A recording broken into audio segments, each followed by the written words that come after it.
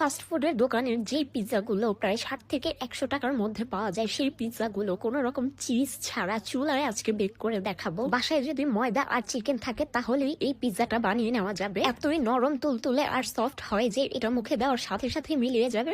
So রেসিপিতে চলে যাচ্ছি। প্রথমেই ডোটা করে নিচ্ছি। ডোটা করার জন্য আমি প্রায় 1.5 কাপের মতো ময়দা নিয়ে নিচ্ছি, আর এখানে ময়দাটা ইউজ করতে হবে। 1 টেবিল চামচ গুঁড়ো দুধ আর 2 টেবিল চামচের মতো চিনি অ্যাড করে দিচ্ছি। হাফ টিস্পুন বেকিং পাউডার আর 1.5 টিস্পুন ইস্ট এখানে অ্যাড করে দিচ্ছি। এরপর স্বাদ মতো লবণ দিয়ে শুকনো উপকরণগুলোকে একটু ভালোভাবে মিশিয়ে নিচ্ছি। মিশিয়ে নেওয়া হয়ে গেলে এখানে কুসুম গরম পানি অ্যাড করে নিচ্ছি। এখানে একটু একটু করে কুসুম গরম পানি অ্যাড করে একটা সফট ডো তৈরি করে নিতে হবে।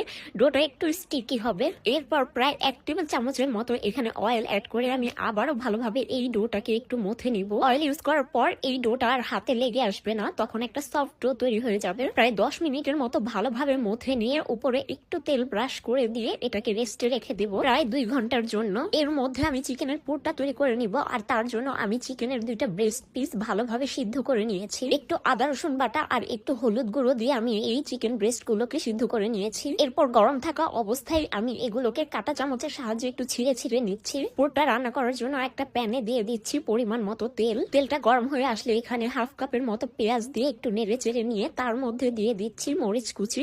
ঝালটা আপনারা আপনাদের পছন্দ মতো দিয়ে দিতে পারবেন। এরপর অ্যাড করে দিচ্ছি গাজর কুচি। যে চিকেন গুলো সিদ্ধ করে রেখেছিলাম সেই চিকেন গুলো এবার এখানে অ্যাড করে দিচ্ছি। এবার 1 টেবিল স্পুন সয়া সস দিয়ে দিচ্ছি, সাথে দিচ্ছি একটু ওয়েস্টার সস আর একটুখানি বারবিকিউ সস। টমেটো সস দিচ্ছি একটু বেশি করে। এরপর দিচ্ছি কালো গোলমরিচের গুঁড়ো, চিলি ফ্লেক্স, পরিমাণ মতো লবণ, 2 চা চামচ গুঁড়ো দুধ এখানে অ্যাড করে দিচ্ছি। এবার একটু পানি অ্যাড করে কিছুক্ষণ নেড়ে চেড়ে মশলাগুলোকে চিকেনের সাথে ভালোভাবে মিশিয়ে নিব। এরপর 1 টিস্পুন ময়দা আর 1 টিস্পুন অরিগানো দিয়ে দিব। এরপর প্রায় 1 কাপের মতো লিকুইড মিল্ক এখানে দিয়ে দিচ্ছি। ময়দা দেওয়ার কারণে পুরটা একটু ঘন বা আঠালো হবে। এবার কিছুক্ষণ নেড়ে চেড়ে এই পুরটাকে রান্না করে নিব। এরই মাঝখানে আমি একটু চিনি অ্যাড করে দিয়েছি, এতে করে টেস্টটা অনেক বেশি ভালো আসবে। পুরটা রান্না করা হয়ে গিয়েছে। এদিক দিয়ে ডোটাও আমার একদম ফুলে উঠেছে। এখন ডোয়ের ভিতর থেকে বাতাসটাকে বের করে নিয়ে আরো কিছুক্ষণ প্রায় 5 মিনিটের মতো আমি মথে নিব। মথে নেওয়া হয়ে গেলে অল্প করে লেচি নিয়ে এইভাবে হাতের সাহায্যে একটা গোল শেপ দিয়ে নিব।